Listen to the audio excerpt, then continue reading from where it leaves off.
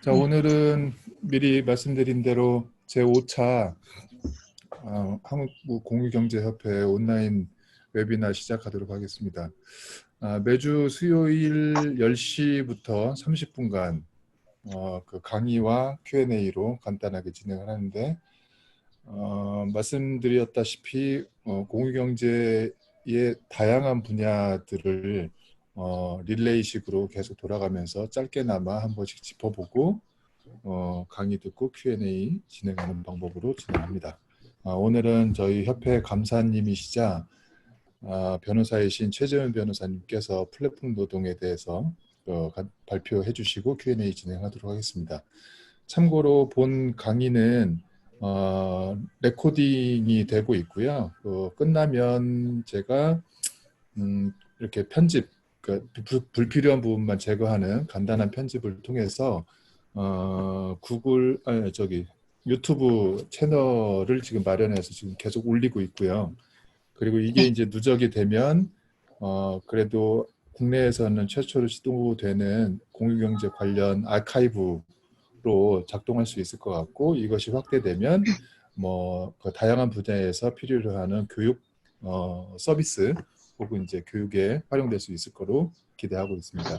자, 그럼 오늘 그 발표해 주실 최재훈 변호사님께서 플랫폼 노동이 나아갈 방향에 대해서 발표해 주시겠습니다. 참고로 그 강의 중에는 Q&A가 진행이 되지 않으니까 자신의 목소리가 들어가지 않도록 음소거를 부탁드리고요. 끝나고 나면 저기 호스트께서 Q&A 진행하도록 이렇게 유도해 주시면 됩니다. 자, 그럼 지금부터 시작하도록 하겠습니다. 부탁드리겠습니다. 네. 안녕하세요. 저 최재현 변호사입니다. 저는 우리 공유경제협회 감사도 있고 법무부 테일의 변호사로 활동하고 있습니다. 저는 전에 박환효 위원장님께서 공유경제 서비스 기업과 같이 플랫폼 구축하기를 발표하신 것에 이어서 제가 5번째로 플랫폼 노동이 나아가야 할 방향을 주제로 발표를 하도록 하겠습니다. 목소리 잘 들리시죠? 네. 사실 제목이 좀 거창하긴 한데요. 이게 지금 각 나라에서 계속 이슈가 돼서 고민하고 있는 주제고, 우리나라에서는 논의가 그렇게 구체적으로 이루어지고 있지는 않은 상황입니다. 그래서 제가 이런 플랫폼 노동에 관한 대략적인 문제점과 다양하게 생각해 볼 수 있는 해결 방법에 대해서 먼저 대략적으로 설명을 하고, 이에 대해서 함께 생각해 보는 시간이 되었으면 좋겠습니다. 먼저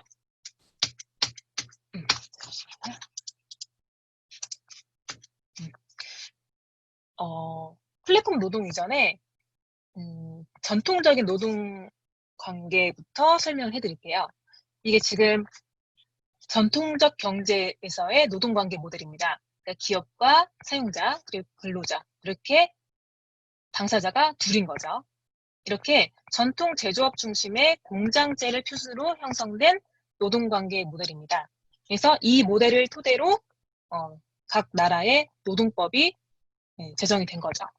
그래서 기본적으로 시간 그리고 공간적 구속을 강하게 받는 전속적 노동을 전제로 합니다.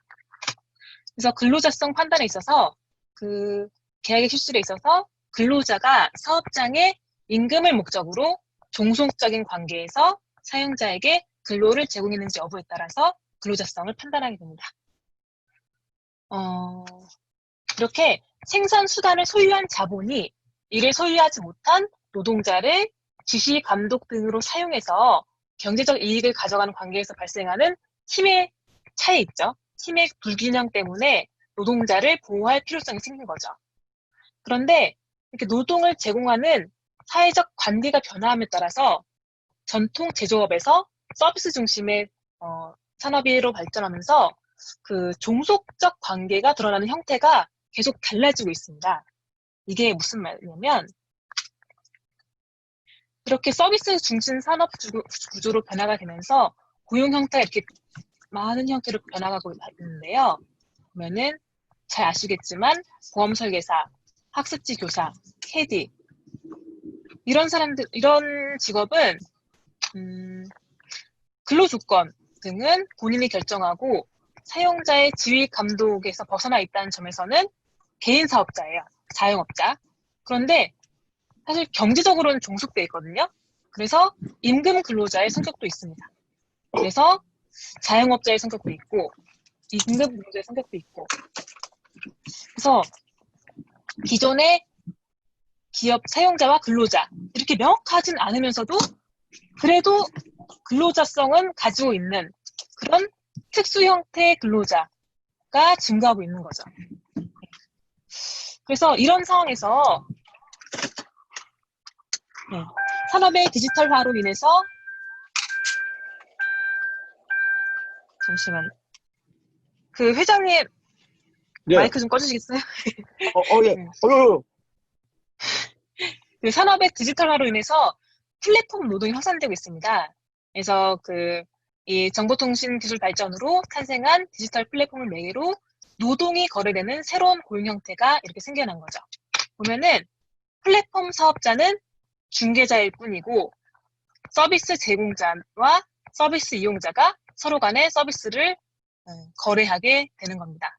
그래서 그 근로계획이 아니라 그 서비스 제공자가 개인 사업자 자격으로 그 플랫폼 제공업체와 업무 위탁 관계를 맺고 실제로 서비스를 제공을 하는 거죠.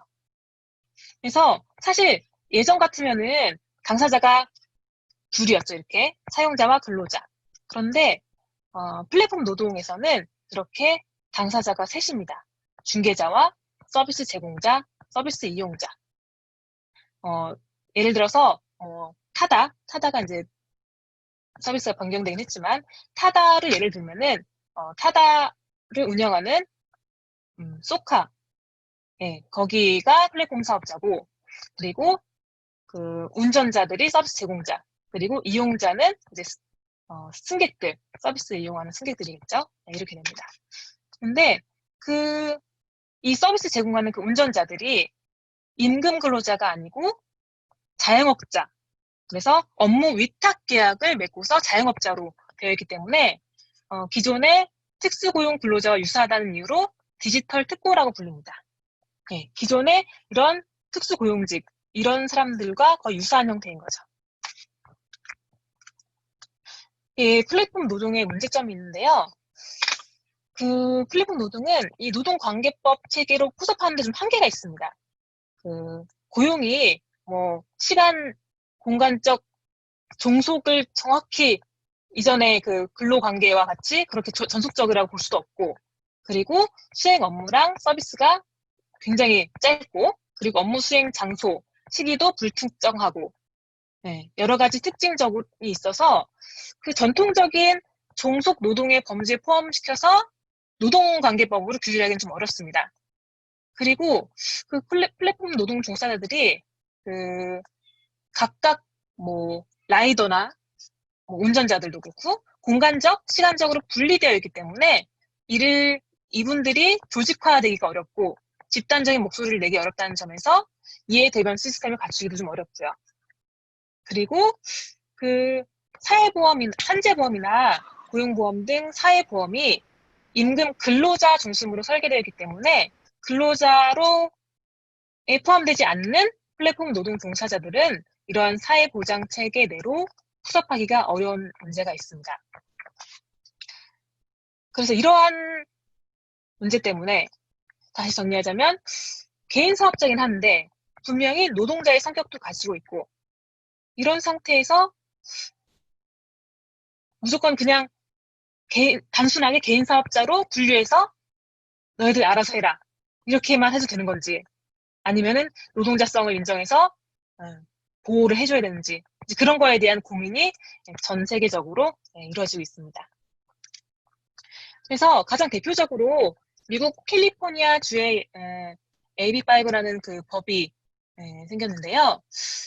여기서 이제 이 내용은 어떤 거냐면 사용자가 보수를 목적으로 노동 또는 서비스를 제공하는 자에 대해 그 사용자가 ABC 검증 요건을 모두 입증하지 못하는 경우 해당 노무 제공자는 근로자로 추정된다. 그래서 사용자가 이 사람 우리 근로자 아니에요. 이렇게 주장하기 위해서는 사용자가 이 ABC 테스트를 모두 입증을 해야 된다는 거죠. 그래서 근로자성 여부를 그 입증 책임을 사용자에게로 전환하는 겁니다. 그래서 사용자가 이 ABC 이 요건들을 모두 입증하지 못하면은 그 사람은 노무 제공자는 독립된 사업자가 아니라 근로자가 되는 거죠. 예. 그래서 이렇게 A는 근로자는 계약에 따라서 사업주의 업무 지시나 통제로부터 자유로울 것, 사업주의 핵심 업무 이외의 업무를 수행할 것, 동일한 영역에서 독립적인 사업을 영위하고 있을 것, 이런 것에 대해서 일일이 사용자가 입증을 해야 됩니다. 그래서 이 플랫폼 노동자들도 결국은 사업자들이 독립된 사업자임을 입증하지 못하면 근로자로 인정이 되는데, 그렇게 되면 최저임금, 보험, 그런 등등 근로자로서 보험 보장을 받을 수 있는 기본 권리를 가질 수 있게 되는 거죠. 그런데 이 법도 시행 중이긴 한데 논란이 많습니다. 당연히 우버나 리프트는 반대 입장이고요. 반대하는 입장이고, 그리고 캘리포니아에 있는 트럭 운송협회에서도 이 법을 반대하고 있습니다. 개인 사업자로는 차량을 소유해서 이익을 추가로 얻을 수 있는데 자기도 원치 않은데 직원이 되면 더 수익을 못 얻는 거죠. 그러니까 원치 않게 직원이 되는 경우는 이런 법을 반대하기도 합니다. 그래서 지금 이 법에 대해서 입장에 따라서 좀 분열되고 있는 양상이기도 합니다. 우리나라 현황을 보면은 일단 우리나라 법원에서 근로자성 판단 기준이 이렇게 7가지가 있거든요. 이 모두가 다 인정돼야 되는 거 아니고 이렇게 판단 기준을 봐서 종합적으로 이제 근로자성을 인정하게 되는데 다 읽어보면 그렇고 업무 수행 과정에서 상당한 지시 감독, 취업 규칙이 있는지, 사용자가 근무 시간 장소를 지정하고 이에 구속받는지 등등등 이런 기준으로 근로자성을 판단하는데요.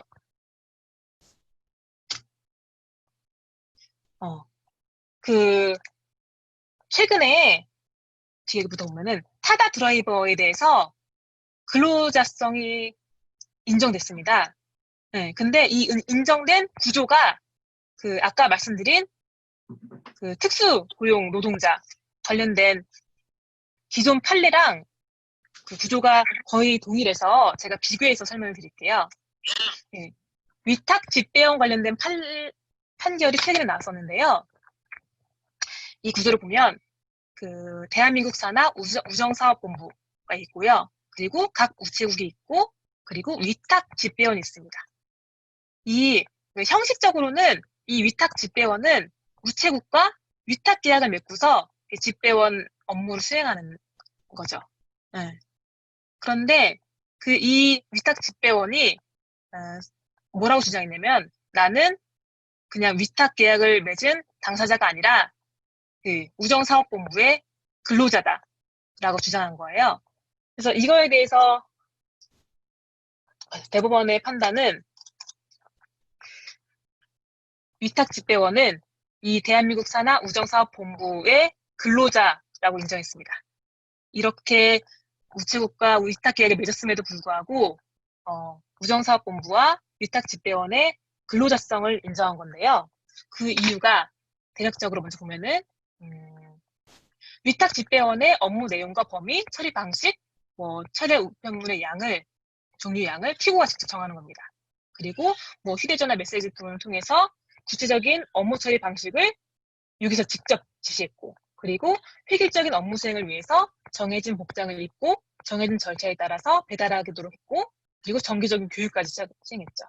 그리고 현지 점검 등을 통해서 위탁 집배원의 업무 처리 과정이나 결과를 지속적으로 관리 감독까지 했습니다. 위탁 집배원의 근태 관리도 했고, PDA에 입력되는 배달 정보를 통해서 위탁 집배원 업무 처리 상황까지 우정사업본부가 다 확인할 수 있었어요.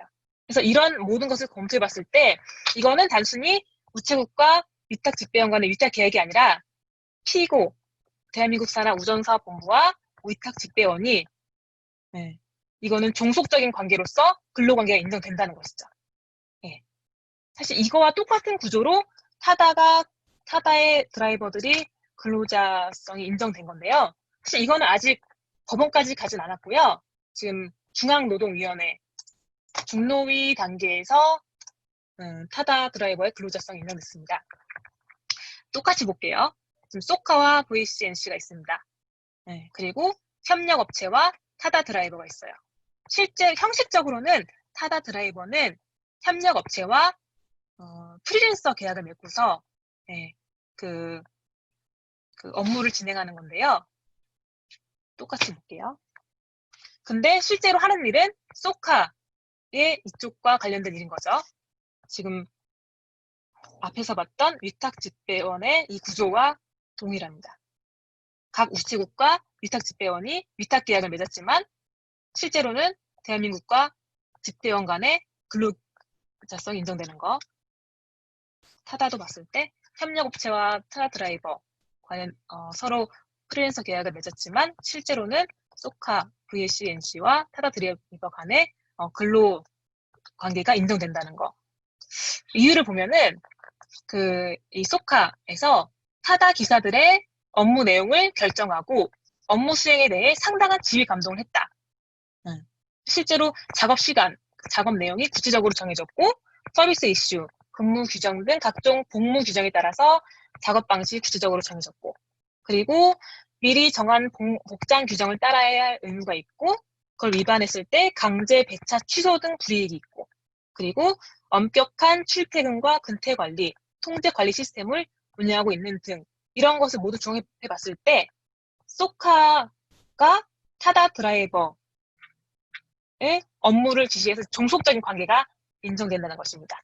그래서 형식적으로는 협력업체와 프리랜서 계약을 맺었지만 실질적으로는 소카와 드라이버 사이의 근로관계가 인정된다는 것이죠. 이거에 대해서는 아직 법원 판단을 받아야 되는 상황이라서 좀 더 지켜봐야겠지만 어쨌든 앞서 본 대법원 판결과 유사성이 있습니다. 예. 실제로 현재 플랫폼 노동 종사자들에 대해서 산재보험이 적용을 인정된 판례도 나왔고요. 그리고 대리운전기사들에 대한 노동조합법상 근로자로 인정되는 판단도 나왔습니다. 이렇게 그 플랫폼 노동자에 대해서 노동조합법 또는 근로기준법의 근로자로 인정하고 있는 움직임을 보이고 있습니다. 그러면 정말 어떻게 이분들을 플랫폼 노동 종사자들을 어떻게 보호를 해야 될까? 이거에 대해서 지금 고민을 시작하는 단계인데요. 사실 이거는 근로자성을 부인하는 입장과 긍정하는 입장이 좀 나뉘어집니다. 이게 사실 플랫폼 기업에 따라서 그 플랫폼 노동의 성격도 다르고 종속성도 다르고 그렇기 때문에 일률적으로 어떻게 근로자성을 인정하기 좀 어려운데요. 그래서 근로자성을 인정하지 말자는 입장에서는 전통적인 노사 문제는 풀기 어렵고 4차 산업혁명 시대를 맞아서 비즈니스와 근로의 형태가 급변하고 있기 때문에 이 시대에 맞는 새로운 협의의 틀을 만들어야 된다. 그래서 근로기준법상 근로자들보다는 사업 대 사업자 대 사업자 관계를 보는 것이 타당하다. 대신 플랫폼 사업자로부터 부당한 대우를 당하거나 계약상 불리한 조건을 강요당하는 부분에 대해서는 공정거래 문제로서 하도급 관련 법률이 적용 가능하다. 네, 이렇게 일단은 그냥 각각 사업자 대 사업자 관계를 인정하자. 대신 불공정한 계약 조건에 대해서는 공정거래 문제로 해결하자. 이렇게 주장을 하는 입장이고요. 근데 요 입장에 대해서는 어떤 반박을 할 수 있냐면 실제로 고용관계를 회피하기 위한 목적으로 위탁계약 형태로 하면서 실질적으로는 종속적인 관계인 경우 이런 경우는 어떻게 보호해야 될지 이거에 대해서는 조금 문제가 있습니다. 이런 주장에 대해서는요. 근로자성을 긍정하는 입장에서는 이 플랫폼 노동자를 아예 노동법을 전면적으로 적용시키자. 그래서 그 근로자에 대한 범위를 확장시켜서 노동법을 전면적으로 적용시키자. 이런 방법도 있고, 그리고 근로자성을 인정하기 좀 무리가 있고, 유사 근로자 개념을 도입해서 노동관계법 일부를 적용시키자. 이렇게 다양한 방법이 있습니다. 실제로 1번, 2번 방법에 대해서 나라마다 취하는 선택하는 방법이 다르기도 합니다. 기타 보호 방안을 보면요, 뭐 실제로 논의되고 있는 거긴 한데요. 그 정부, 지자체, 기업 등이 출연하는 공제조합을 구성해서 뭐 플랫폼 노동자에 대한 사회 안정망을 제공하자. 이런 논의도 있고, 그리고 산재보험을 적용 확대하자. 그리고 그 자발적 공동 행동 강령을 마련하자. 그래서 그 플랫폼 노동 관련 이해관계자들이 자발적으로 공동 행동 강령을 만들어서 그 공정하게 그리고 그렇게 계약을 체결하고 이행할 수 있도록 그렇게 하자. 그런 논의들이 되고 있는데요. 근데 지금 사실 플랫폼 노동 관련돼서 너무나 성격도 다양하고 그리고 어느 한 집단에 종속돼서 거기서만 일을 하는 게 아니라 여기저기 혼자서 일을 하시는 분들이 많으니까 공간적으로 어쨌든 정해서 일하시는 분들이 아니다 보니까 결합하기도 어렵고 같은 한 목소리도 내기 어렵고 이런 상황이 있어서 사실 큰 틀에서 같이 논의를 이어나가는데 좀 어려운 상황입니다. 하지만 어렵더라도 계속 해야 되는 상황인 거죠. 예, 시간이 길어졌네요. 제 발표는 여기까지 하겠습니다. 감사합니다.